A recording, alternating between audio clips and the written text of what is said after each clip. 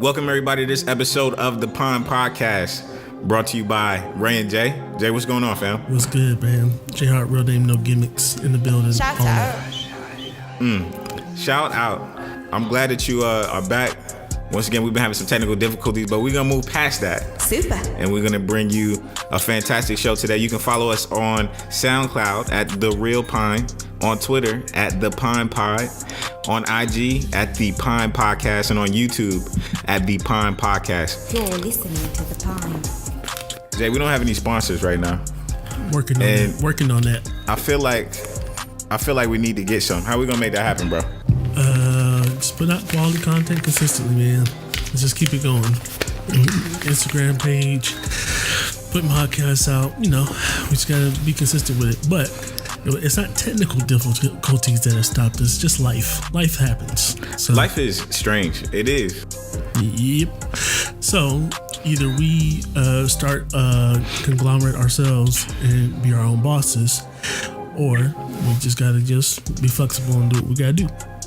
Hey, we're gonna start our own empire and be our own bosses. That's what this podcast is for. Y'all gonna help us by subscribing. Shout out. Like the show, listen to the show, share the show. Jay, let's get into it. Yep.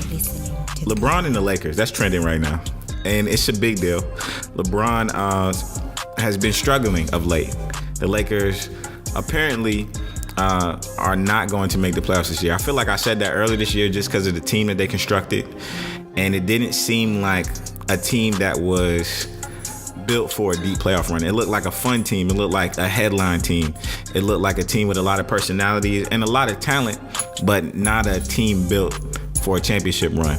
My personal opinion is that the New Orleans Pelicans dictated LeBron James' season this year in a big, big way.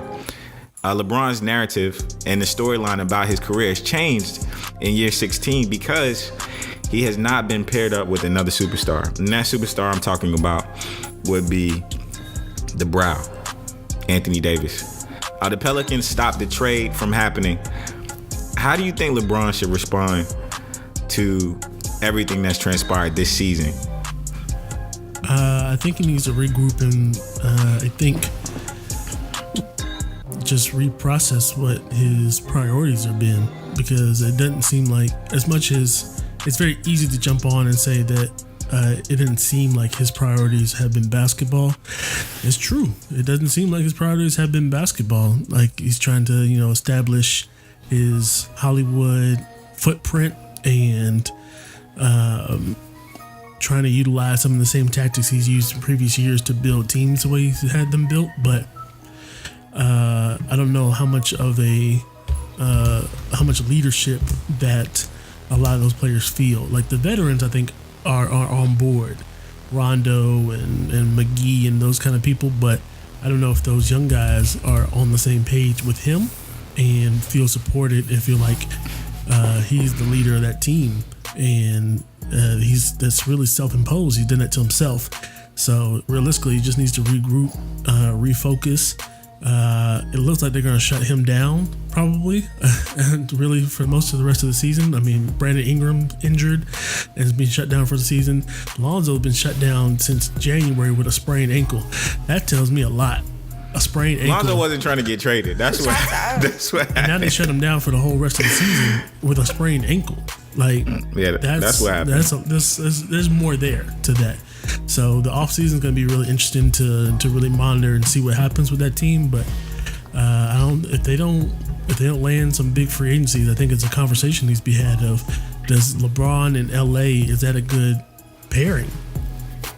I definitely think LeBron in LA is a good pairing because the Space Jam movie hasn't come out, number one. LeBron has invested in this city, and the city's probably made $200 million off of him already, like just with him being there. So you posed the question of, is it time for them to part ways? And if you're watching the ESPN broadcast of the Lakers game, Lakers in Boston played yesterday, and Jeff Van Gundy, I think he took some shots before he went on the broadcast, but he said that the Lakers should be interested in taking all trade interest in LeBron James, and that the Lakers need to look to move somebody that they just gave a max deal.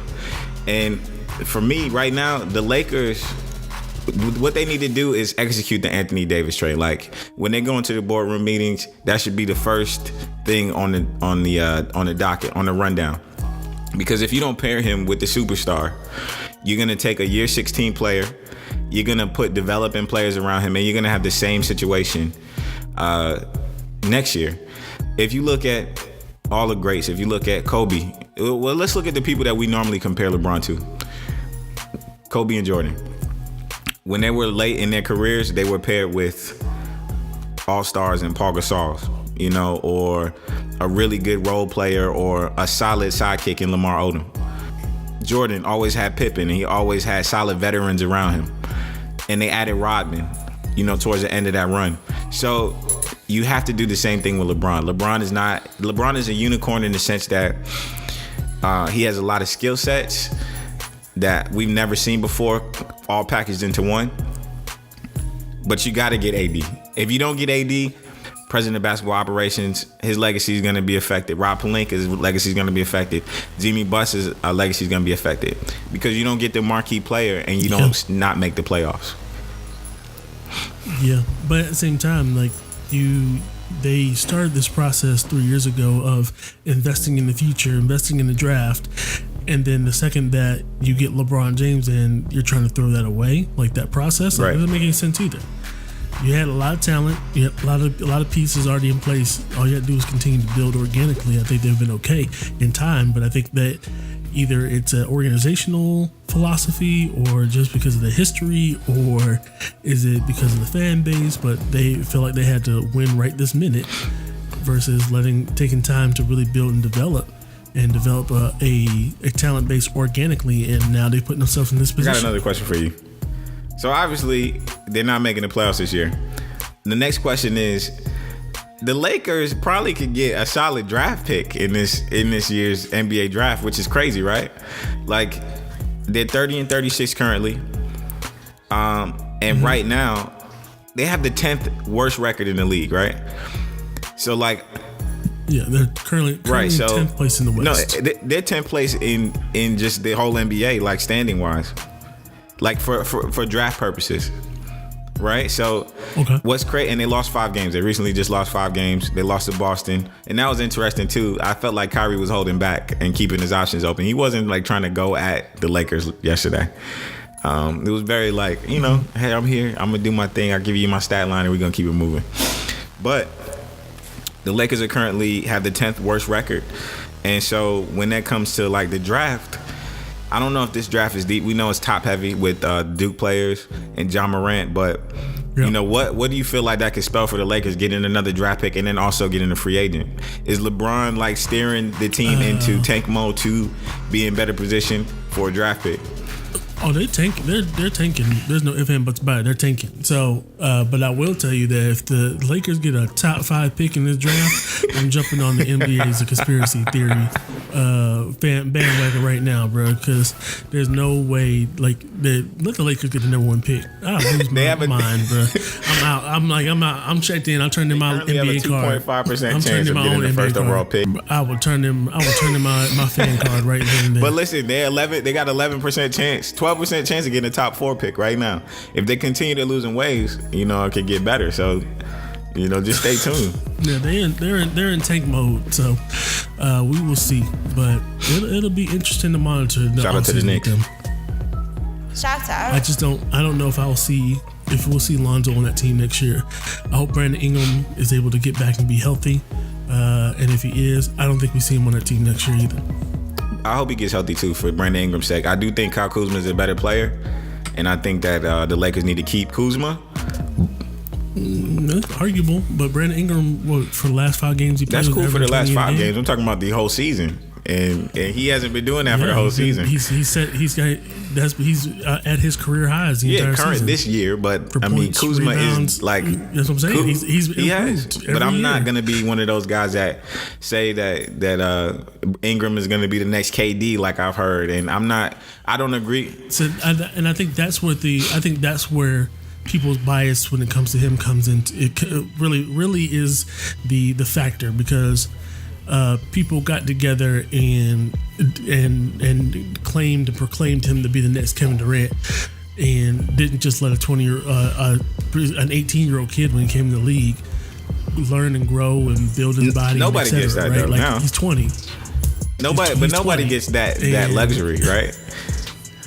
Sure, but I think if that same team that came into this season, that he would have been the primary focal point of that team.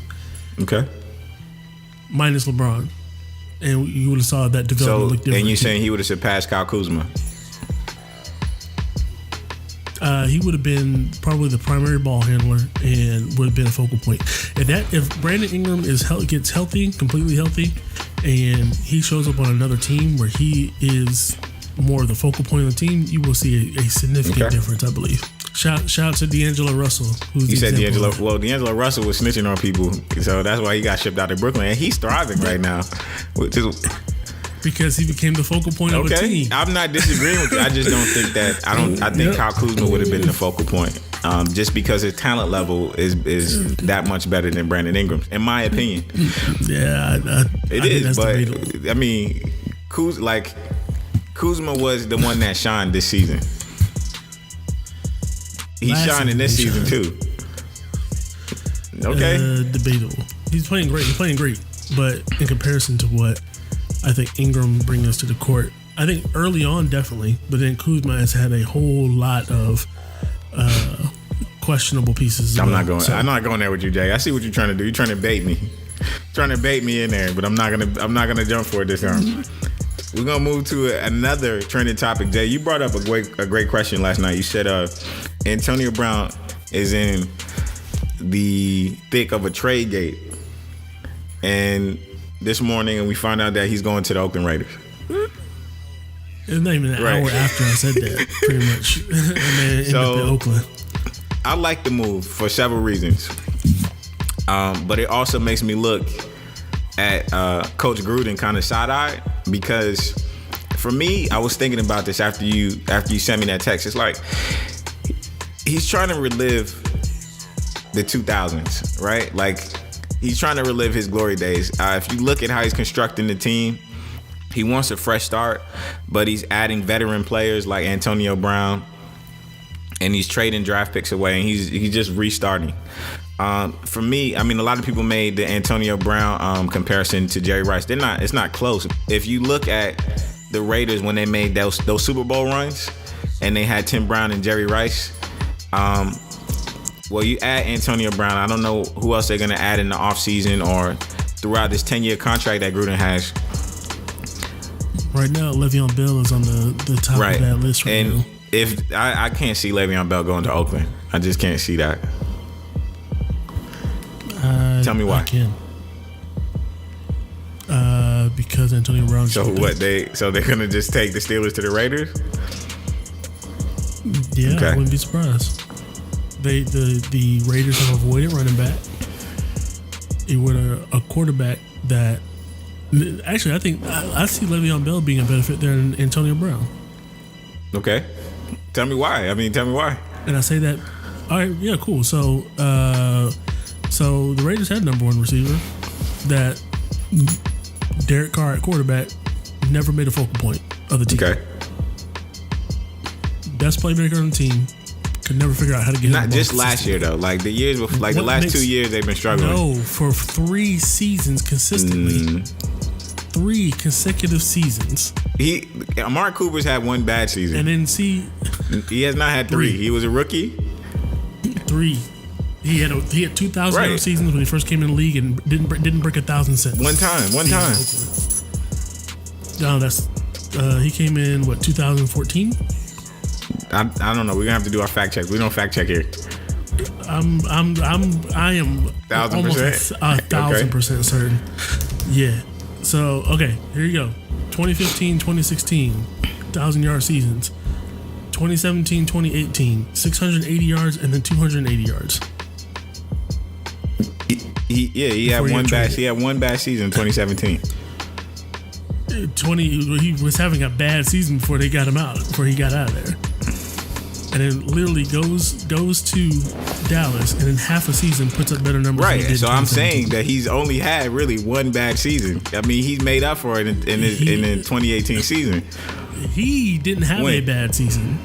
The quarterback had a bad season of getting the best player of the football, and that's my problem. So your beef is with Derek Carr. That's my problem with Carr. Oh no, definitively, it's with Derek Carr. It's definitively with Derek Carr because even before John Gruden got there, it didn't seem like he knew how to get his playmakers the football. He wants to be Aaron Rodgers, but Aaron Rodgers knows who to put the football in the hands of when he needs to. And that's the difference between them. Because Aaron Rodgers will complete the pass to 27 different receivers. Don't matter. You can't compare those two guys. Right? I mean, Aaron Rodgers is the GOAT. And then at the end of the day, what does Aaron Rodgers do though? When he needs a play, needs a play made, who's getting the ball? Devontae Adams. Who used to get the ball? Jordy Nelson. Who used to get the ball? Randall Cobb. When a play needs to be made, he got the ball. Don't leave out Donald Driver. And that is the difference between. Yeah, and that's the difference between him and Derek Carr because when a play needs to be made, Amari Cooper been open a million times in the red zone, and he'll do a check down, or he'll try to force it to Michael Crabtree, or he'll try to throw it to Seth Carter, or he'll try to throw it to any other random D2 college random person off their practice squad instead of getting the ball into the hands of Amari Cooper. So what makes me think or believe that would be any different with Antonio Brown? And if Antonio Brown has a problem with Ben Roethlisberger not getting him the football, what the hell is going to happen when he has to deal with Derek Carr? Now, Le'Veon Bell, on the other hand, because he can run and catch out of the backfield, provides that different diversity that Derek Carr would check down to him a million times. So you don't believe in this Antonio Brown experiment going to Oakland? No. I didn't see it to believe it. And I think he'll probably start early on. We'll start that way, but Derek Carr's going to be Derek Carr. Me personally, looking at everything that's transpired, I'm just happy that that Ian Rappaport was lying, saying that he was going to the Bills, because we know historically that anytime somebody goes to the Buffalo Bills as a receiver towards the end of their career, it never works out. And I felt like the Steelers, when I first heard that news, I was like, man, this is juicy because the Steelers are going to try to stick him. No, yeah, they definitely try to stick him in. For Antonio Brown put his foot down and got that stopped, and that part is. Let's talk about it. Let's talk about it. In the NFL, that a player dictated where he was going to go. What? The NFL? What do they think? The NBA? And don't be fooled, because I think the NBA is trying to reel back on this happening in the NBA. I think that is why we saw such a debacle with the LeBron James Anthony Davis pairing this season. Well, that was more petty, and that's what I'm saying. The part, because they felt a way about the fact, but it's different. I think the difference between that is they were visibly, outwardly recruiting, right, and just basically just right in their face, and the New Orleans felt disrespected, so they said, "F it, we're gonna do what we want to do," right, which is great. I salute New Orleans for that. Realistically. The NFL is different. The NFL will literally, because the structures that are in place, they'll try to shun you. They'll try to shun you. It's like that scene, and I'm not gonna make a comparison. I was gonna make a bad comparison. I'm not going to. But they no ifs and buts about it. They'll put you in Siberia and let you rot. Jeff Darlington did an interview with Antonio Brown. It was March 2nd, right before all the trade stuff happened. It was a good interview. ESPN cut down the interview. It's a 43-minute interview, and I encourage everybody to watch it. It's really good. And Antonio Brown talks about how that organization made him feel towards the end. Like, he worked really hard. They gave him the money. They paid him as a top receiver. They paid him for his hard work. And then the corporate espionage started. And so it started being character assassinations against him. It started being Antonio Brown's relationship with Ben Roethlisberger. It started being Antonio Brown's relationship with Coach Tomlin.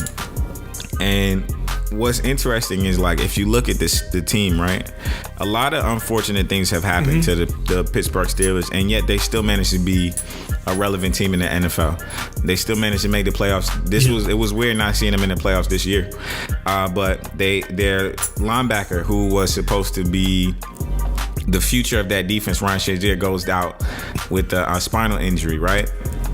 That's not cool. Yep. Le'Veon Bell's situation when it comes to getting his big multi-million-dollar contract, instead of just getting franchised, and they basically were dating him. They were like, man, you fine, we're gonna date you, but we ain't gonna put a ring on it.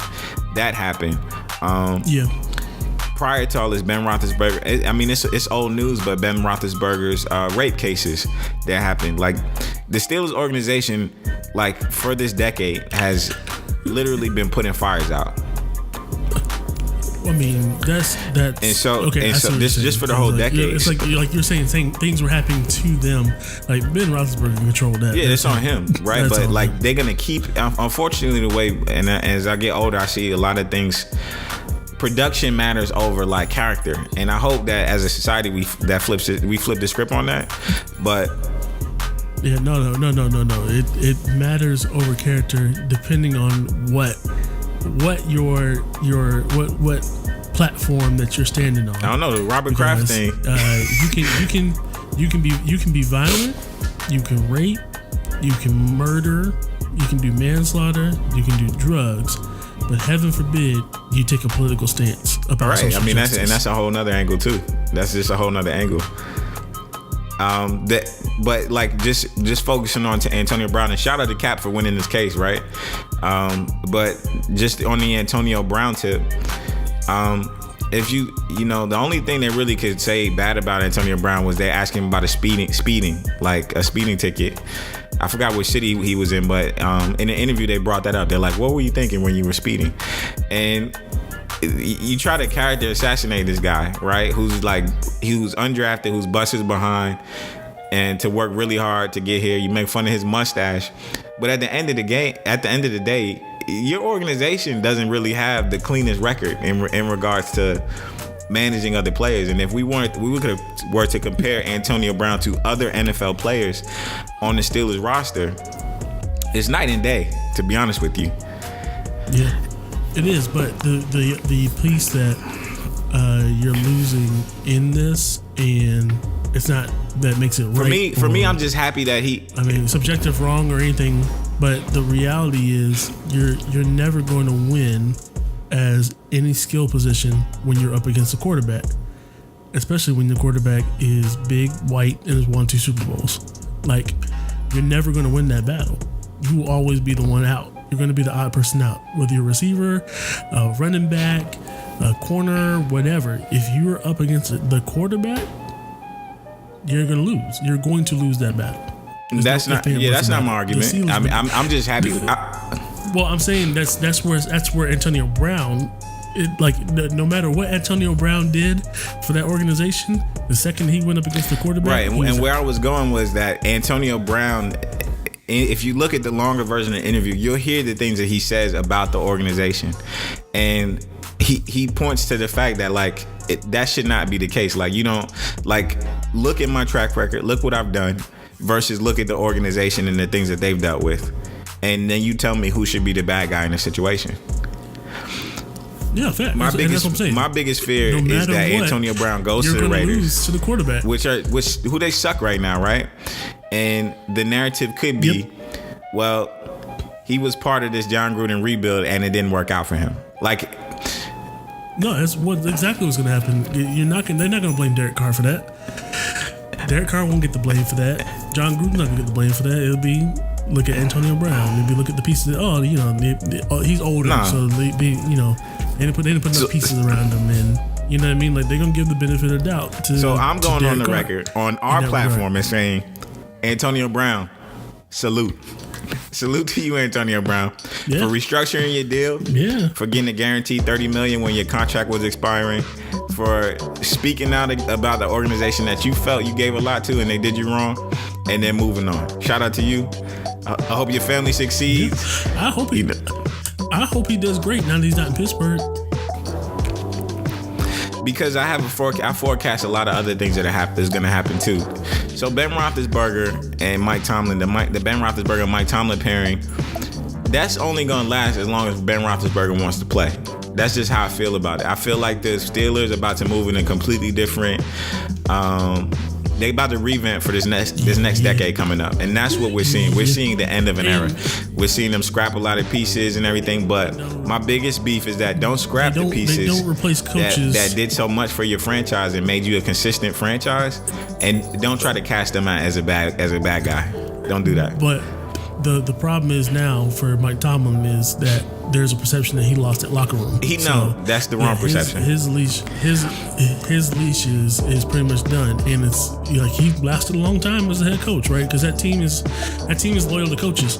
You're listening to the Line. That team is loyal to coaches. Like that organization is loyal to coaches. That is an organizational thing. They've had less than 10 head coaches their entire existence, I believe. Like that team is loyal to coaches, and it might be the time for him to move. It might be, but period. I'm just saying, don't give everybody a bad look as they move forward. You know, as everybody splits up. Yeah, but Mike Tomlin has a impeccable track record, and I think the perception of him around the league, like Mike Tomlin, in terms of minority coaches, would not be out of a job long at all. The second that Pittsburgh would make that decision to move forward with somebody else. If I was Mike, I'm going to the media platform after this. To be honest with you, I'm telling stories. Yeah, I would too. I'm telling all the stories. Make a lot more money doing that with a lot less stress. Because you were the head coach of a franchise that for a decade was very solid. You managed a lot of different personalities, and you dealt with a lot of scandals, and you still managed to have an amazing winning percentage, the best winning percentage, and that's my take on it. So this is directed at the Steelers organization. Like, you had a lot of great people and a lot of great pieces. Don't smudge that on their way out. That's all I'm saying. That's my forecast. That's my hot take. Don't smudge it on the way out. Jay, the NFL draft is coming in. Now these organizations get to retool, revamp the squad. Who you think is going on number one overall? I think I'm going to say that it's going to be Kyler Murray. I think that Arizona is going to put a trade in place to move Josh Rosen. Josh Rosen is going to get moved to maybe New York or Jacksonville or New England, and they're going to take Kyler I'm going to call Murray myself out right now. I'm trash. And this is why I was so high on Josh Rosen, and I don't know if it was organizational or not, but... Well, they had nothing outside of David Johnson and Larry Fitzgerald and Christian Kirk, who him and Rosen connected a lot, but they really didn't have much of an offensive line to protect him. Didn't have they have good pieces on defense, but not a solid defense. And outside of Christian Kirk and Fitzgerald and David Johnson, who didn't have a lot of blocking either, ain't so much you can do.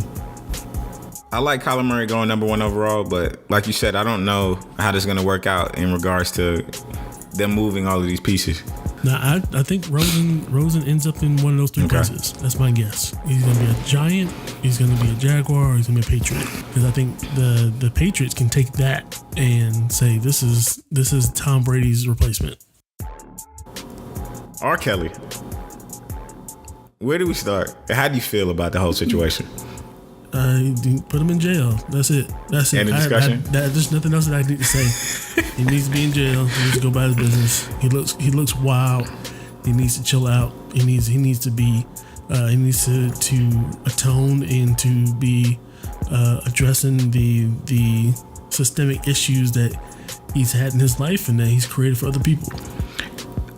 Do you think that the coverage of R. Kelly versus the coverage of Robert Kraft's situation is equal? Is it fair currently? Fair in what way? In the sense that we're putting the same energy into Robert Kraft as we are into R. Kelly. No, Robert Kraft, from all accounts, the two women that he had engaged in acts with were not a part of the or people that were suspected of being trafficked for sex trafficking. So he made a consensual deal with two women to do what he did, and whether you agree or disagree from a morality standpoint, that's neither here nor there. But what he did technically wasn't in terms of the sex trafficking part illegal. Yeah, so he needs to have that addressed. He needs to learn to go to Nevada and do it legally. But outside of that, like, He didn't kidnap women or brainwash them or imprison them or sleep with women underage or no. It's not the same? It's not the same thing. It's not the same thing at all. Okay. Another question. Jussie Smollett, 16 counts, 16 felony counts. What is your take on the judge handing out that sentence? 16 is a lot. But Jussie, and this is where I guess some parallels to the R.Kelly thing, not specifically the action, but what the result is going to look like is 16 counts is because he pissed off the wrong people. Like you can't make the police look stupid. You can't make a judge look stupid. You can't annoy them and make them work harder when you're not being truthful. And he basically is getting penalized for that. And same thing's gonna apply to R.Kelly. He out here making them work harder than they need to and pissing them off, and R.Kelly gonna get the book done. How many do you think this is gonna be, like multiple years for R.Kelly or what? Like they're going in on R.Kelly, and he don't have the money to be able to even fight at this point. He just dropped $150,000 right on the child support. He's gonna be going away for a while. We talking 10 years, Jay? We talking 30 years? I think he knows it too. The him being defensive with Gayle King is less about him trying to defend or really believing that he's on the right side of things. I think it's him coming to grips with the fact that they got me this time. That's a bad man right there, and it's showing right now. Jussie just I don't know, man. On the real tip though, I'm so disappointed in a lot of artists or like a lot of people that provided media like or entertainment to me and when I was a child. All this stuff is coming out is just it's like sobering, you know what I mean? Because I often people ask me like how does it feel, and I'm like, well, I just believe in myself. I really know, like I like people's content that they put out and stuff like that, but it's hard for me to like really look up to like heroes right now, you know what I'm saying, or people that I thought were like larger than life or really, really talented, because when you pull the curtain back, it's like, damn, like that's a lot going on, bro. Like you had a lot of stuff going on, on top of making the music, and performing, making people feel good, and now all this comes out, it's like, whew. And it's the same thing with Empire, you know what I mean? Like Empire was a feel-good show, it was a good show. Jussie stood for like specific communities in our society, LGBTQ community in our society, and then like all of this comes out and it shakes you. It's like, whoa, you're not really who we thought you were, Yeah, but I think the bigger issue with him in particular for me is there's just not, even to this day, I mean, there's not evidence, there's not an overwhelming amount of evidence that we've seen that definitively says he lied either, but there's enough doubt and enough evidence to say that it don't make sense. Nope. The story how he told it don't make sense, and it's bad, and he didn't have to do all that. For what? Right? And working with college students as often and for as long as I've worked with college students, right? I'm not that surprised. Jay, tell them what you do. Tell them what you do. Tell the people what you do. No, but the reality is, like, people, when they're trapped or feel trapped or confined or whatever, a lot of times they just don't think about the bigger consequences of the choices that they're making, right? So he, in his mind, realistically probably thought this would be something super innocent. I'll say it. Nobody's ever going to question it because of what it is, and I'm going to keep it moving, and then it's going to bounce back from that, and I'm going to get everything I need from this, right? And then realizing that, we taking that for real. We're taking that seriously, and you're going to have to own it. So if you're telling the truth, like, yeah, we're going to support you and go all out for you and everything else. And if you're lying, you're going to have to own that. Right. And, sometimes you just got to go down with the lie and keep the lie up or whatever. But the reality is, I think at some point we're gonna find out what the actual truth is, and I think people are going to be disappointed either way.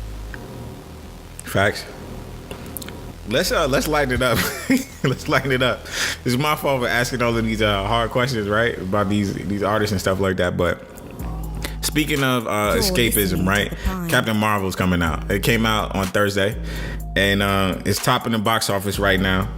The numbers are crazy. It's made $455 million worldwide in ticket sales, 153 in North America. Jerry, are you gonna be one of those people purchasing tickets for Captain Marvel? I'm going to see it tomorrow, I believe, if I have time, either tomorrow or Tuesday.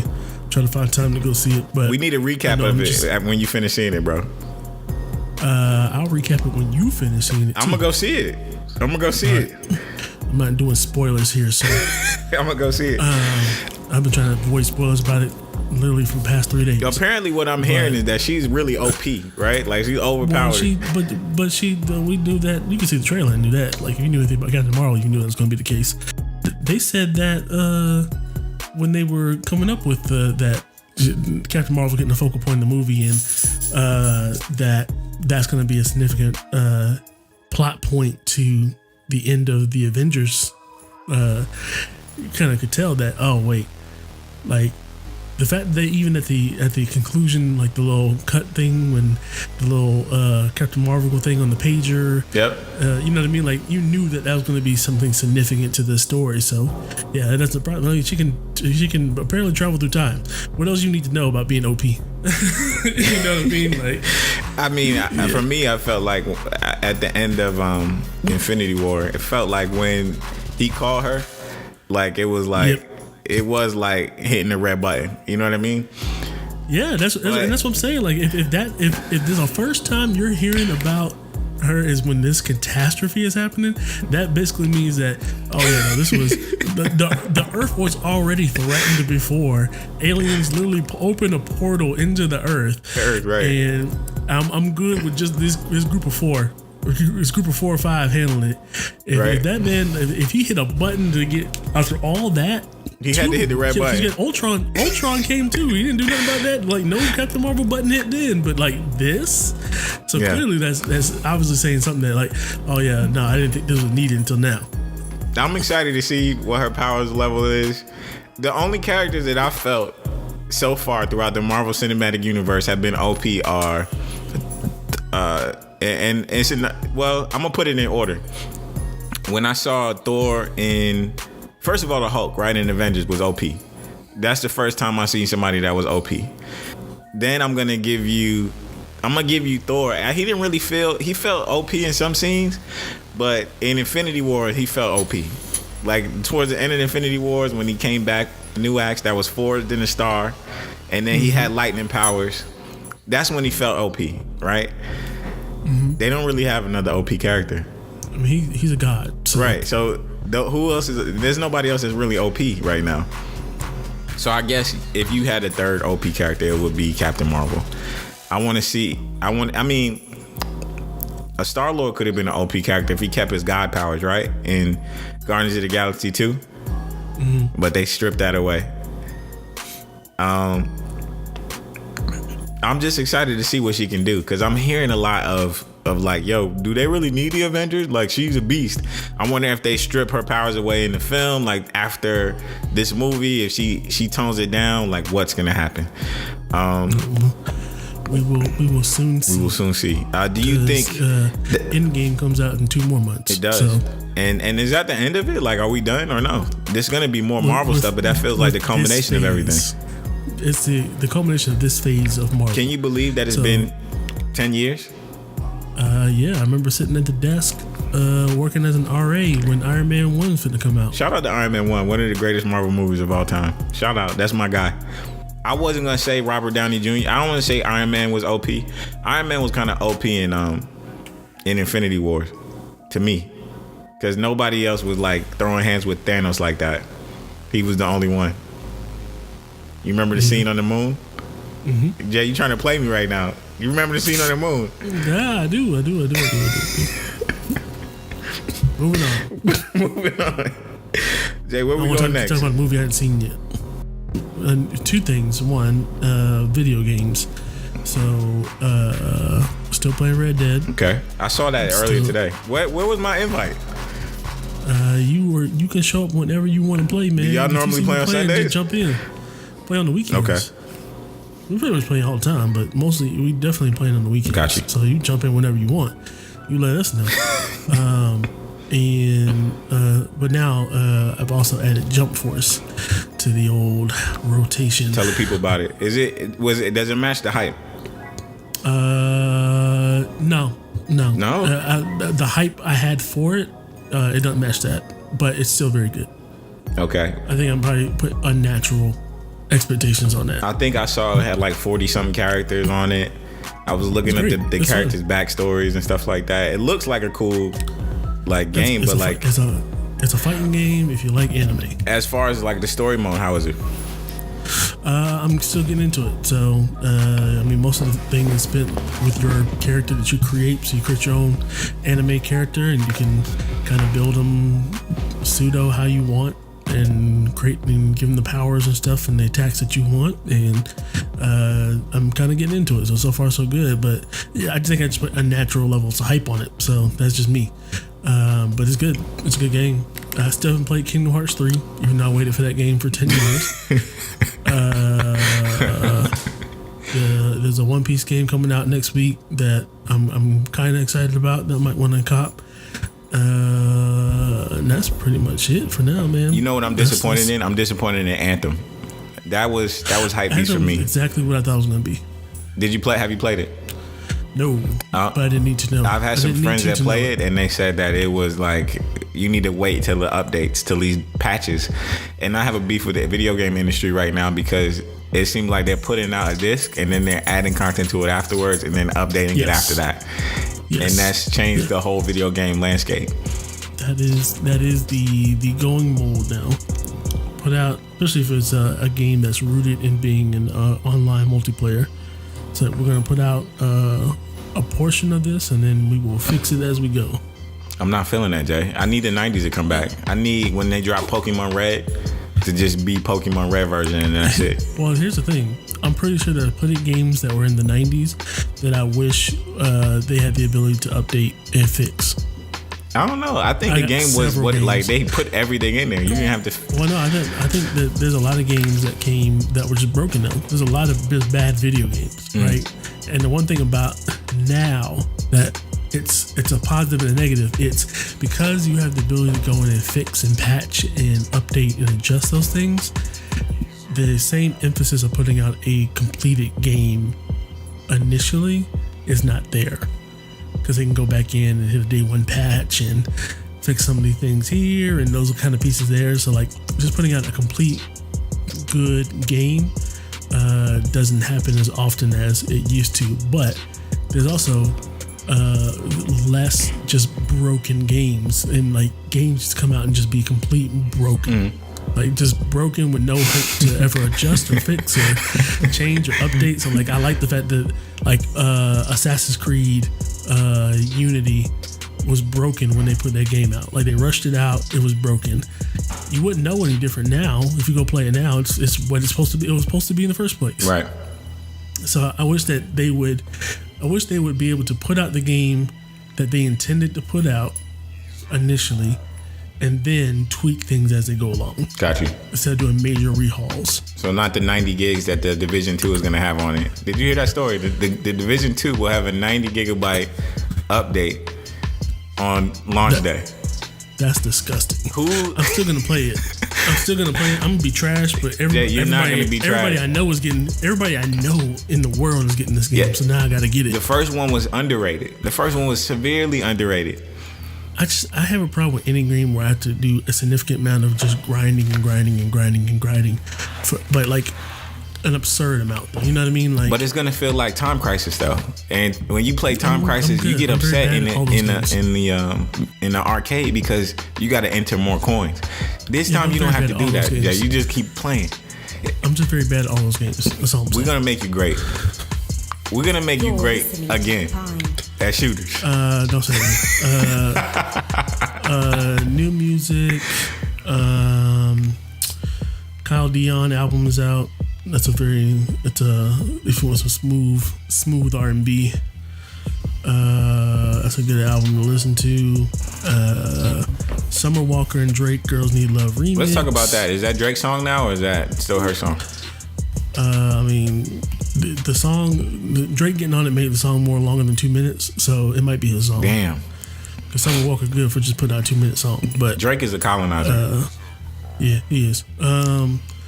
St. John put out a new song with Lil Baby called Trap. St. John's my guy. I think if you didn't listen to Collection 1, which I told you on this podcast to listen to, which I told anybody that would listen to last year, to me, still my favorite album of 2018.